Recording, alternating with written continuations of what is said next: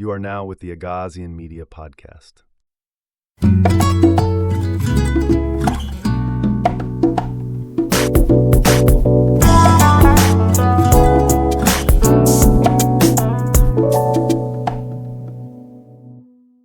Hey everyone, welcome back to the show.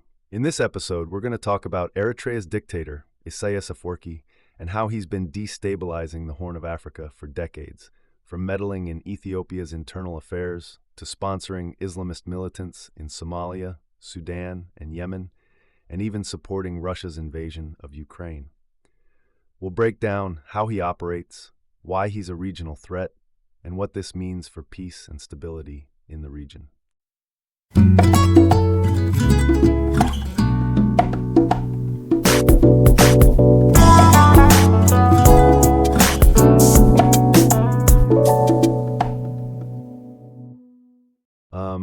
Okay, so let's talk about the Horn of Africa for a minute. You know, there's a story that a lot of people get wrong, and I want to be really clear here. The aggressor isn't Abiy. Nope, it's Eritrea's dictator, Abiy. So think about this. From meddling in Ethiopia's internal affairs to sponsoring Islamic terrorists in Somalia, Sudan, and Yemen, and all the way to cheering on Russia's invasion of Ukraine, this guy has, honestly, thrived not on peace, but on chaos. He's like a jackal, scavenging on the wounds of others. He pits nations, ethnic groups, tribes against each other, all while pretending to champion regional security and uphold sovereignty and international law. He's been at this for decades, first under the late Meles Zenawi, then Haile Mariam Desalegn, and now? Yeah, his latest target is Prime Minister Abiy Ahmed. And here's the thing. He has zero moral authority to talk about international law or UN or AU treaties. None. His record? It's crystal clear. He arms militias inside Ethiopia, fuels violence, and fans ethnic, tribal, and clan discontent. He's repeatedly interfered in Ethiopia's internal affairs, publicly dismissing their federal constitution, which, by the way, actually guarantees diversity and regional self-determination.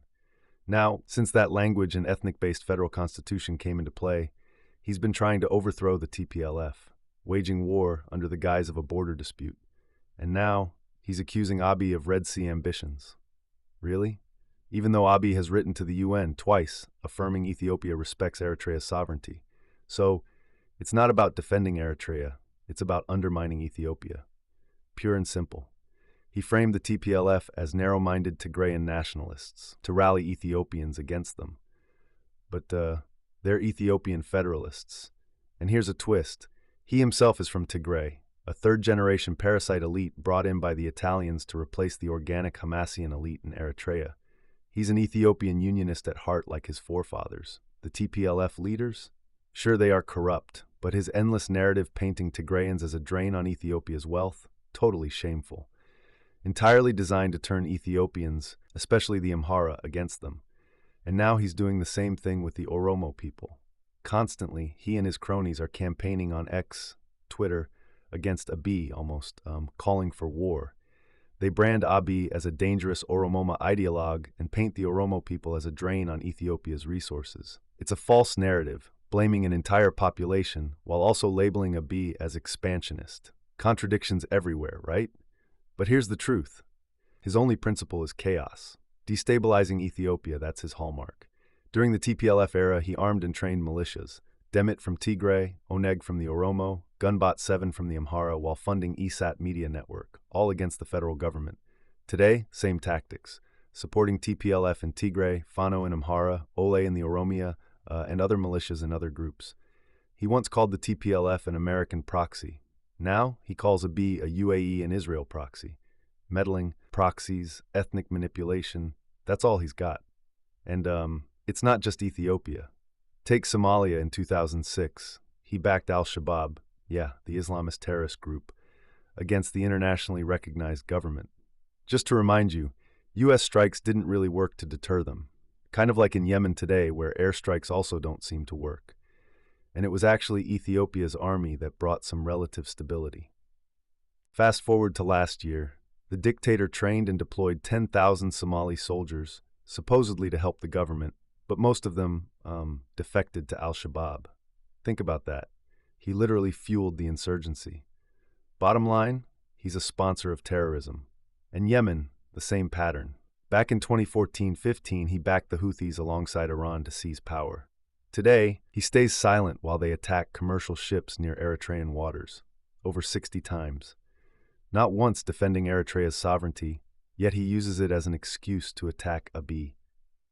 And now looking at the ongoing conflict in Sudan, he's been training tens of thousands of Islamist fighters, fighting alongside the so-called Sudanese armed forces led by General al-Burhan against the rapid support forces led by Hemedti. Basically, he's turning the country into a missile-launching proxy for Iran. Honestly, even worse than Yemen.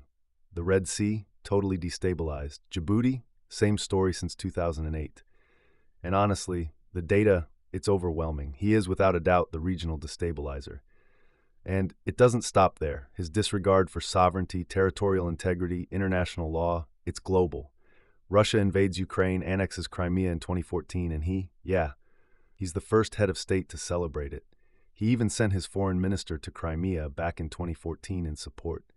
And get this, 2022, he's the only African leader to vote against the UN resolution condemning Russia's full-scale invasion of Ukraine. Eritrea's dictator, moral standing? None. Absolutely none. And how does he even manage this, right? Eritrea's economy is basically collapsed. The greedy Chinese company mining the country, using national servicemen and women as slave labor, is basically his only lifeline.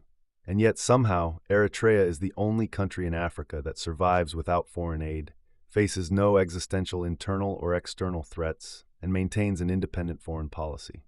The stability, it comes from its indigenous, overwhelmingly Tigrinya majority, highly homogeneous, with no tribal or clan structure, and a civilization that's ancient Judeo-Christian.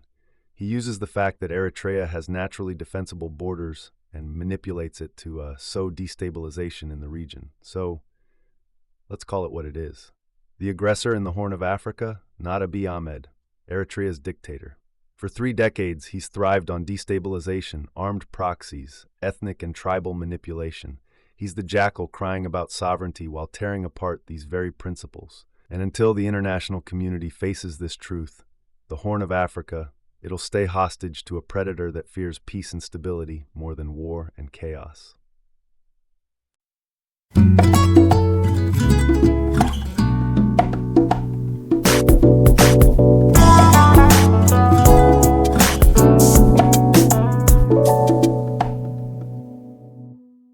All right, that's it for today's episode. Thanks so much for tuning in and listening. I hope this gave you a clearer picture of what's really happening in the Horn of Africa and why it matters. If you found this useful, don't forget to share it, subscribe, and leave your thoughts. We'd love to hear from you. Until next time, stay informed and stay curious. Thanks again.